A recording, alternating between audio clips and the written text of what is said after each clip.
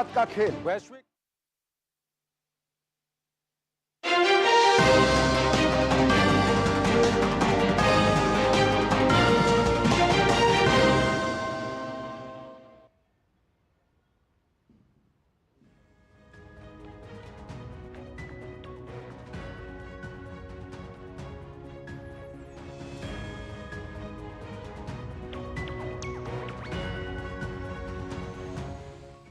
नमस्कार, आप सभी का स्वागत डीडी न्यूज पर। मैं हूं मुकुल शर्मा। आज दिन भर क्या कुछ खास रहेगा, बात होगी बजट को लेकर भी और इसके साथ साथ तमाम बड़ी खबरें उन पर नजर डालेंगे। लेकिन आइए सबसे पहले नजर डाल लेते हैं हेडलाइंस पर। मोदी 3.0 का पहला आम बजट आज वित्त मंत्री निर्मला सीतारमण लगातार 7वीं बार बजट पेश करने का बनाएंगे रिकॉर्ड। लोगों को आम बजट से काफी उम्मीद है।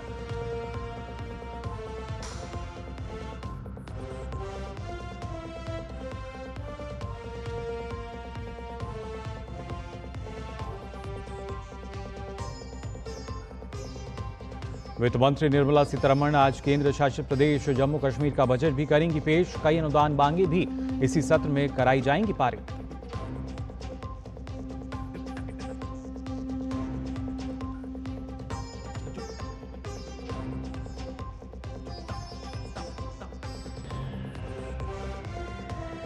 बजट से पहले पेश आर्थिक सर्वेक्षण में जीडीपी वृद्धि दर 6.5 से 7% के बीच रहने का अनुमान। वहीं देश का राजकोषीय घाटा भी हुआ कम।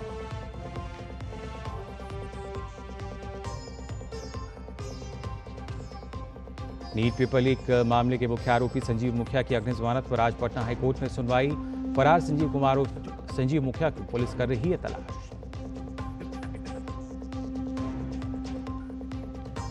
देश के कई हिस्सों में मूसलाधार बारिश का दौर जारी। अगले 3 दिनों में गुजरात, कोंकण, गोवा और मध्य महाराष्ट्र में तेज बारिश का अनुमान। उत्तरी भारत के कई राज्यों में भी बारिश की संभावना। और अंतर्राष्ट्रीय ओलंपिक समिति का बड़ा फैसला। भारतीय निशानेबाज अभिनव बिंद्रा को मिलेगा ओलंपिक ऑर्डर सम्मान। खेल मंत्री ने दी बधाई।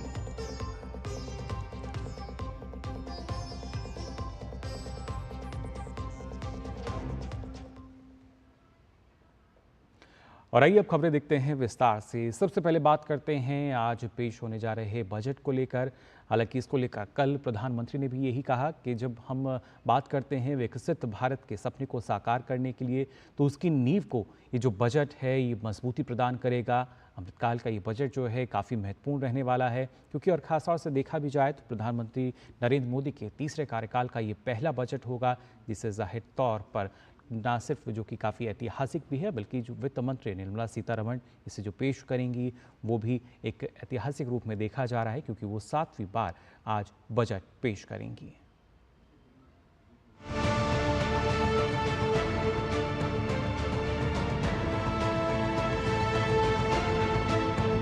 केंद्र में तीसरी बार नरेंद्र मोदी सरकार बनने के बाद संसद में पेश होने वाले आम बजट पर देश भर की निगाहें लगी हुई हैं। वित्त मंत्री निर्मला सीतारमण वित्तीय वर्ष 2024-25 के लिए सुबह 11 बजे लोकसभा में आम बजट पेश करेंगी। इससे पहले सोमवार को वित्त मंत्री ने केंद्रीय बजट 2024 पेश करने से पहले अपनी टीम के साथ फोटो ऑप किया। बतौर वित्त मंत्री निर्मला सीतारमण का ये लगातार 7वां बजट होगा। ये बेहद खास होगा क्योंकि इसी के साथ वो मोरारजी देसाई के रिकॉर्ड को पीछे छोड़ते हुए लगातार सबसे ज्यादा बार बजट पेश करने का इतिहास भी बनाएंगी। लोकसभा में बजट पेश किए जाने के बाद राज्यसभा में भी आम बजट की कॉपी सभा पटल पर रखी जाएगी। आम बजट में अर्थव्यवस्था को रफ्तार के साथ रोजगार और निवेश को प्रोत्साहन मिलने की उम्मीद है। साथ ही उद्योग, कृषि और स्वास्थ्य से जुड़ी घोषणाओं पर सबकी नजर होगी। वित्त मंत्री एमएसएमई समेत विभिन्न क्षेत्रों के लिए कई कदमों का ऐलान कर सकती हैं। अगले 25 साल के विकास की बुनियाद तैयार करने वाले बजट में बुनियादी ढांचे की मजबूती और विकसित भारत के निर्माण पर भी खास जोर रहेगा। रेल, राजमार्ग और हवाई संपर्क परियोजनाओं को रफ्तार मिल सकती है। वहीं इस बजट से महिलाओं, बुजुर्गों, युवाओं और मध्य वर्ग को भी राहत की उम्मीद है। इस बार का जो बजट आने वाला है उसमें व्यापारियों को बहुत अच्छी उम्मीदें हैं कि व्यापारियों के लिए बहुत राहत प्रदान की जाएगी। बजट में ऐसे प्रावधान करना चाहिए केंद्रीय बजट में, और बिहार में भी ऐसी योजनाएं चलानी चाहिए जिससे रोजगार की जो बड़ी संभावना है उसको आगे बढ़ाया जाए। लोन मिले कि हम जो बिजनेस करना चाहते हैं कि हम आराम से करें और हम अपने पाँव पे खुद से आराम से खड़े हो जाएं। बजट सत्र की शुरुआत से पहले सोमवार को ही प्रधानमंत्री नरेंद्र मोदी ने संसद में पेश होने वाला बजट कैसा होगा इसके संकेत दे दिए। पीएम मोदी ने कहा कि सरकार निर्धारित अवधि में दी गई गारंटियों को वास्तविक रूप से साकार करने के लिए काम कर रही है और ये बजट मौजूदा सरकार के अगले 5 वर्षों की दिशा निर्धारित करते हुए 2047 तक विकसित भारत के सपने की मजबूत नींव भी रखेगा। ये बजट अमृत काल का एक महत्वपूर्ण बजट है। हमें 5 साल का जो अवसर मिला है, आज का बजट हमारे उन 5 साल के कार्य की दिशा भी तय करेगा और ये बजट 2047 जब आजादी के 100 साल होंगे तब विकसित भारत का जो हमारा सपना है उस सपने को पूरा करने की मजबूत नींव वाला बजट लेकर के देश के सामने आएंगे। हर देशवासी के लिए एक गर्व की बात है कि भारत बड़ी इकोनॉमी वाले देशों में सबसे तेज गति से आगे बढ़ने वाला देश है। पिछले लगातार 3 वर्षों में करीब 8% की वृद्धि के साथ भारत प्रमुख अर्थव्यवस्थाओं में सबसे तेजी से आगे बढ़ने वाला देश है। आर्थिक सर्वे के आंकड़ों में भी भारतीय अर्थव्यवस्था की मजबूत स्थिति की झलक मिलती है। साथ ही ये सर्वे सरकार द्वारा लाए गए विभिन्न सुधारों के परिणामों को भी दिखाता है। इसमें बताया गया है कि अमृतकाल की विकास रणनीति जिन 6 प्रमुख क्षेत्रों पर आधारित है उनमें निजी निवेश को प्रोत्साहन, एमएसएमई का विस्तार, विकास के इंजन के रूप में कृषि ऊर्जा बदलाव के लिए हरित स्रोतों को अपनाने के लिए वित्त पोषण, शिक्षा व रोजगार के बीच खाई को पाटना और राज्यों का क्षमता निर्माण शामिल है। ऐसे में उम्मीद की जा रही है कि वित्त मंत्री विकसित भारत के निर्माण के साथ ही सभी सेक्टर्स का ध्यान रखते हुए बजट पेश करेंगी। वित्त मंत्री निर्मला सीतारमण का हर बजट कुछ न कुछ खास रहा है। निर्मला सीतारमण ने 2019 में जब अपना पहला बजट पेश किया था तब उन्होंने ब्रीफकेस में बजट दस्तावेज लाने की परंपरा तोड़कर बही खाते में बजट पेश किया था। साल 2020 में उन्होंने सबसे लंबा बजट भाषण दिया था। निर्मला सीतारमण ने कोरोना महामारी के बीच अपना तीसरा बजट 2021 में पेश किया, तो इस बजट ने भी देश के पहले डिजिटल या पेपरलेस बजट होने का इतिहास बनाया। वहीं वित्त मंत्री निर्मला सीतारमण ने 2022 में आजादी के 75वें साल में केंद्रीय बजट पेश किया था, जिसमें भारत @100 तक पहुंचने की 25 वर्षों की लंबी अवधि यानी अमृतकाल के लिए ब्लूप्रिंट का उल्लेख किया गया था। 2023 में निर्मला सीतारमण ने अमृतकाल का पहला बजट पेश किया और 2024 में आम चुनाव से पहले उन्होंने अंतरिम बजट पेश किया था, जिसमें 2047 के विकसित भारत की नींव को मजबूत करने की गारंटी थी। अब भारत की विकास यात्रा में वो समय आ गया है जब नए संकल्पों को आधार बनाकर अमृतकाल के लक्ष्यों की ओर मजबूती के साथ आगे बढ़ा जाए, जिससे कि साल 2047 में जब देश आज़ादी के 100 साल पूरा करे तब समृद्धि के नए शिखर को छूने का सपना पूरा किया जा सके। Bureau report, DD news. तो देखा आपने किस तरीके से लगातार कोशिश की जा रही है कि जो देश है आत्मनिर्भर हो सके और साथ ही साथ विकसित भारत की तरफ हम और तेज गति से आगे बढ़ सकें। लेकिन आज जो बजट पेश किया जा रहा है, इस बजट को लेकर आम जनता की क्या कुछ उम्मीदें हैं, आइए वो भी देखते हैं।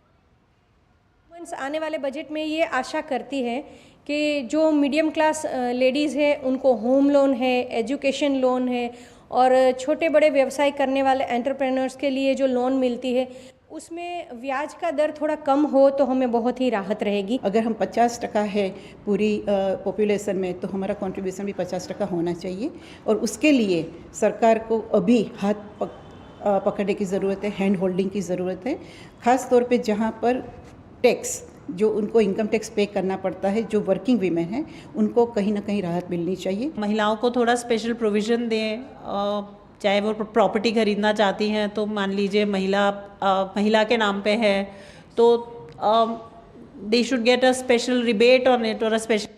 हम लोग को बहुत उम्मीद है मोदी सरकार हम औरतों के लिए कुछ ना कुछ बहुत अच्छे से बहुत करेंगे। इस तरह की योजनाएं, इस तरह की स्कीम्स लागू की जाएं जिसमें जो घर बैठी हुई जो महिलाएं हैं वो किसी तरह से फाइनेंशियली इंडिपेंडेंट हो सके। नौकरी पेशा महिलाएं उम्मीद कर रही हैं कि उनको इस बार कुछ विशेष रियायतें इनकम टैक्स में महिलाओं को जैसे पहले मिलती रहेंगी। रसोई गैस थोड़ी कम हो, मतलब उसके रेट थोड़े कम हो, प्राइस थोड़े कम हो। जो वर्किंग लेडीज हैं जस्ट लाइक मी, तो उनको भी थोड़ा टैक्स में रिडक्शन हो ताकि वो कुछ बचत कर सकें, सोच सकें अपना। और बहुत एक्सपेक्टेशंस हैं। पिछली बार जो फ़ंड दिया गया था यूथ मिनिस्ट्री को वो अच्छा फ़ंड था, उसके बाद काफ़ी सारी एक्टिविटीज़ भी इनिशिएट हुई।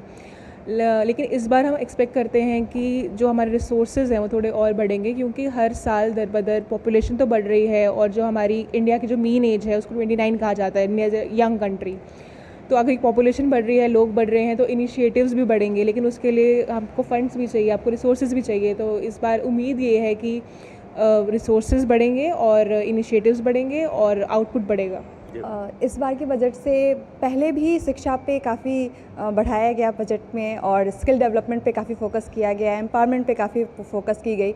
इस बार एक्सपेक्टेशंस यही है कि स्किल और एजुकेशन के इम्प्लीमेंटेशंस पे भी पर्टिकुलरली एक बजट पे एक हिस्सा हो, जिससे क्योंकि जो गवर्नमेंट अपॉर्चुनिटीज़ आ रही हैं और जो गवर्नमेंट स्कीम्स आ रहे हैं उसके इम्प्लीमेंटेशंस पे भी फोकस हो, ताकि उसका यूटिलाइजेशन हो सके और जो यूथ है उसका बेनिफिट उठा सके। कुछ फ़ंड जो है हमें रिसर्च के लिए भी पर्टिकुलरली अच्छा फ़ंड आना चाहिए, क्योंकि अगर हम चाहते हैं कि हमारे भारत जो है वो विकसित बने, तो फिर उसके लिए हमें ये होना चाहिए कि रिसर्च एक्टिविटीज़ हम यहाँ से ज़्यादा प्रमोट करें। तो उसके लिए प्रॉपर फंडिंग हो, प्लस हमारे यहाँ के कल्चर हेरिटेज के लिए भी फंडिंग अच्छी होनी चाहिए। आज भारत उभरते हुए भारत की ओर अग्रसर है, तो पिछली सरकार का जो टेन्योर रहा है उन्होंने स्किल डेवलपमेंट पर काफ़ी फोकस किया है।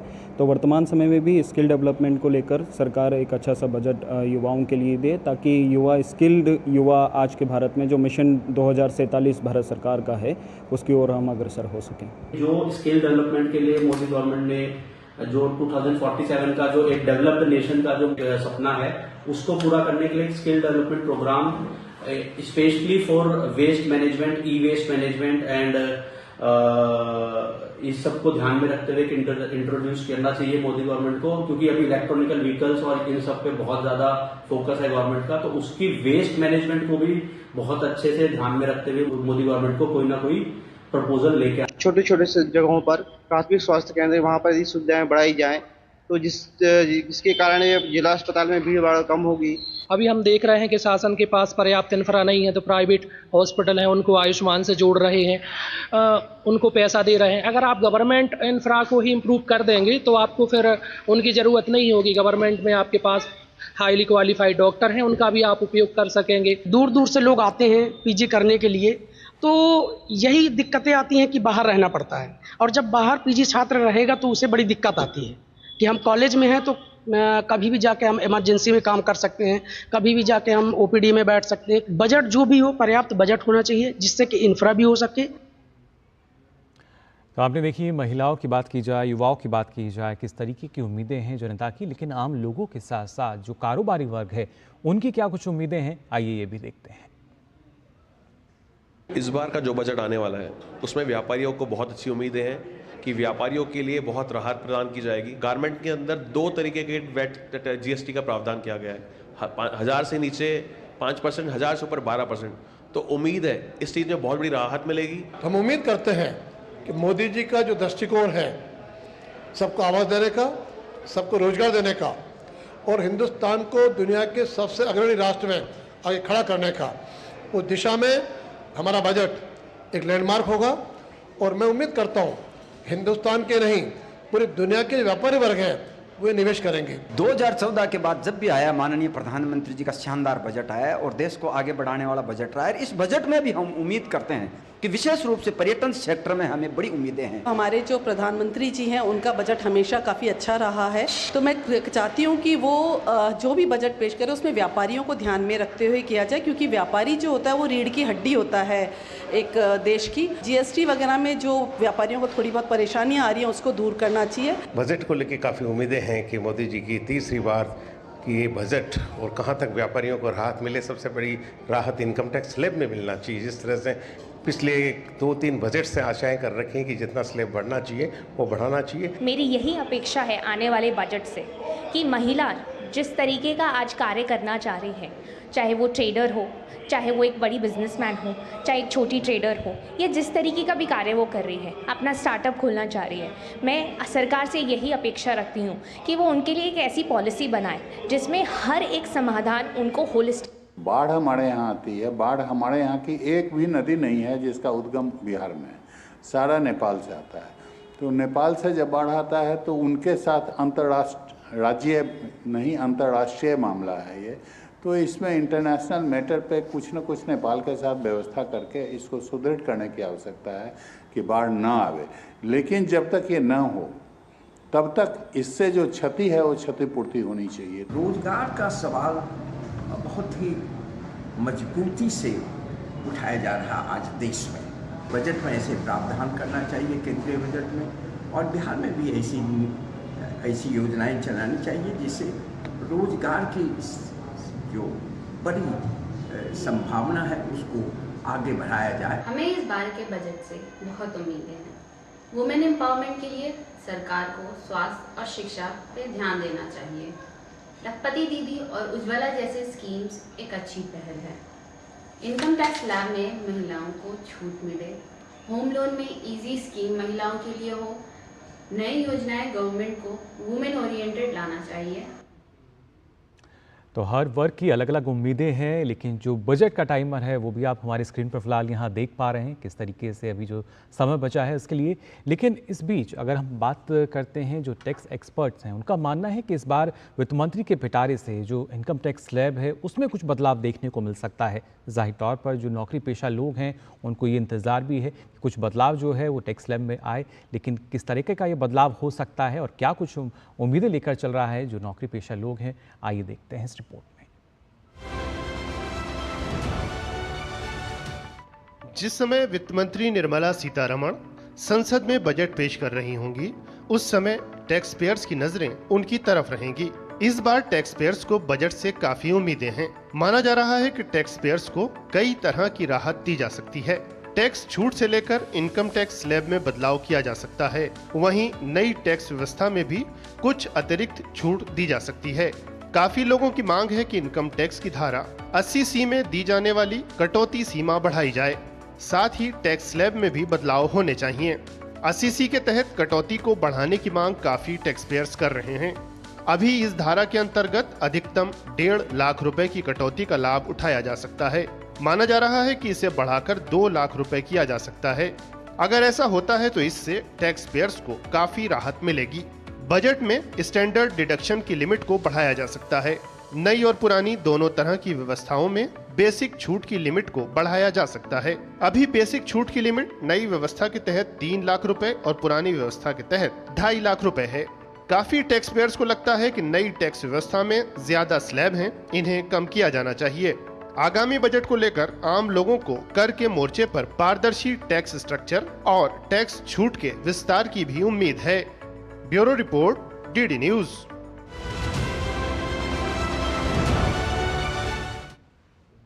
तो उम्मीद यहाँ पर की जा रही है जो टैक्स स्लैब है उसमें बड़े बदलाव हो सकते हैं और टैक्स पेयर्स जो हैं उनको एक सबसे ज़्यादा बड़ी उम्मीद यही रहती है कि क्या उनको राहत मिलेगी और मिलती है तो किस तरह की वो राहत होगी। फिलहाल देखना ये होगा जो न्यू रिजीम है क्या उसमें कुछ बड़ा बदलाव हमें देखने को मिलेगा इस बजट में या नहीं। इसके साथ साथ अब अगर हम खासतौर से बात करें देश के युवा वर्ग की, जिसके लिए पिछले 1 दशक में हमने देखा किस तरीके से प्रधानमंत्री नरेंद्र मोदी के नेतृत्व में लगातार सरकार ने अहम फैसले लिए, अहम योजनाओं को लागू किया, जिसके फलस्वरूप हमने जाना कि कैसे देश में रोजगार के अनेकों जो अवसर हैं, करोड़ों अवसर जो हैं युवाओं के लिए आए हैं, आर्थिक विकास भी हुआ है, रोजगार के अवसर बढ़े हैं। लेकिन ऐसे में जो देश की अमृत पीढ़ी है यानी जो युवा पीढ़ी है वो किस तरीके से इन योजनाओं का लाभ लेके देश को विकसित भारत बनाने में अपना महत्वपूर्ण योगदान दे पाएगी, आइए जानते हैं।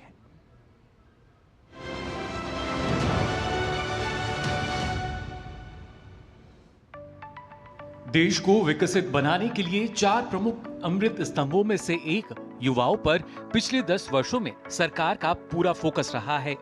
देश के युवाओं को देश की राष्ट्रीय योजनाओं, प्राथमिकताओं और लक्ष्यों के निर्माण में सक्रिय रूप से शामिल करने के लिए केंद्र सरकार मिशन मोड में काम कर रही है। यही वजह है कि पिछले कई बजट में युवा विकास और युवा कल्याण को प्राथमिकता देते हुए अलग अलग योजनाओं की शुरुआत की गई। प्रधानमंत्री नरेंद्र मोदी के तीसरे कार्यकाल के इस पहले बजट से भी युवाओं को काफी उम्मीदें हैं। हालांकि पिछले एक दशक की बात करें तो युवाओं को ध्यान में रखते हुए अनेक कदम उठाए गए हैं। जैसे युवाओं को आत्मनिर्भर बनाने के उद्देश्य से स्टार्टअप इंडिया की पहल, आर्थिक विकास के साथ बड़े पैमाने पर उत्पन्न हुए रोजगार के अवसर, प्रधानमंत्री कौशल विकास योजना के तहत 1.40 करोड़ से अधिक युवाओं को प्रशिक्षण, कौशल भारत के तहत अंतर्राष्ट्रीय केंद्रों का हर राज्य में निर्माण। बजट 2023 में 3,517.31 करोड़ रुपए का बजट कौशल विकास मंत्रालय के लिए, युवाओं के लिए एकीकृत स्किल इंडिया डिजिटल प्लेटफॉर्म बनाने की घोषणा, 47 लाख युवाओं को अखिल भारतीय राष्ट्रीय प्रशिक्षुता प्रोत्साहन योजना के तहत स्टाइपेंड देने की घोषणा, MBBS सीटें 50,000 से बढ़कर 1 लाख से ज्यादा हुई, पोस्ट ग्रेजुएट सीटें 2014 में 30,000 से बढ़कर 2024 में 70,000 हो गयी। 2014 के बाद से बड़ी संख्या में उच्च शिक्षा के नए संस्थान हुए स्थापित। इनमें 7 IIT, 16 IIIT, 7 IIM, 15 एम्स और 390 विश्वविद्यालय शामिल। छात्रों के बेहतर भविष्य के लिए अनुमान से अधिक बजट का हुआ आवंटन।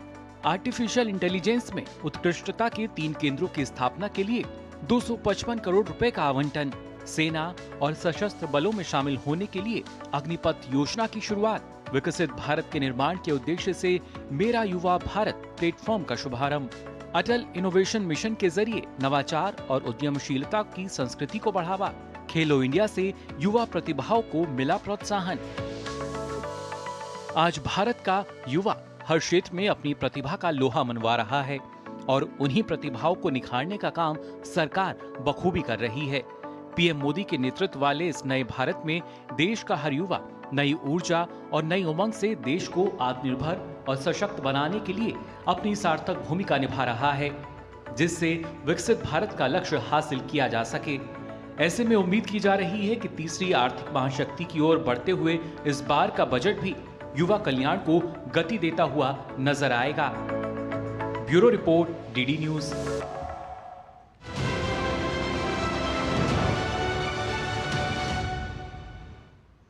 जी हाँ, तो बजट 2024 तीसरी आर्थिक महाशक्ति की ओर बढ़ते भारत को बड़ी उम्मीदें हैं इस बजट से। और अब से अगर बात की जाए, करीब 3 घंटे से ज़्यादा का समय है। बजट को करीब 11 बजे वित्त मंत्री निर्मला सीतारमण पेश करेंगी। लेकिन आज DD न्यूज़ पर दिन भर आप इस बजट से जुड़ी हर एक सदी की जानकारी ले सकेंगे। फिलहाल के लिए इस बुलेटिन में बस इतना ही। जल्द हाजिर होते हैं।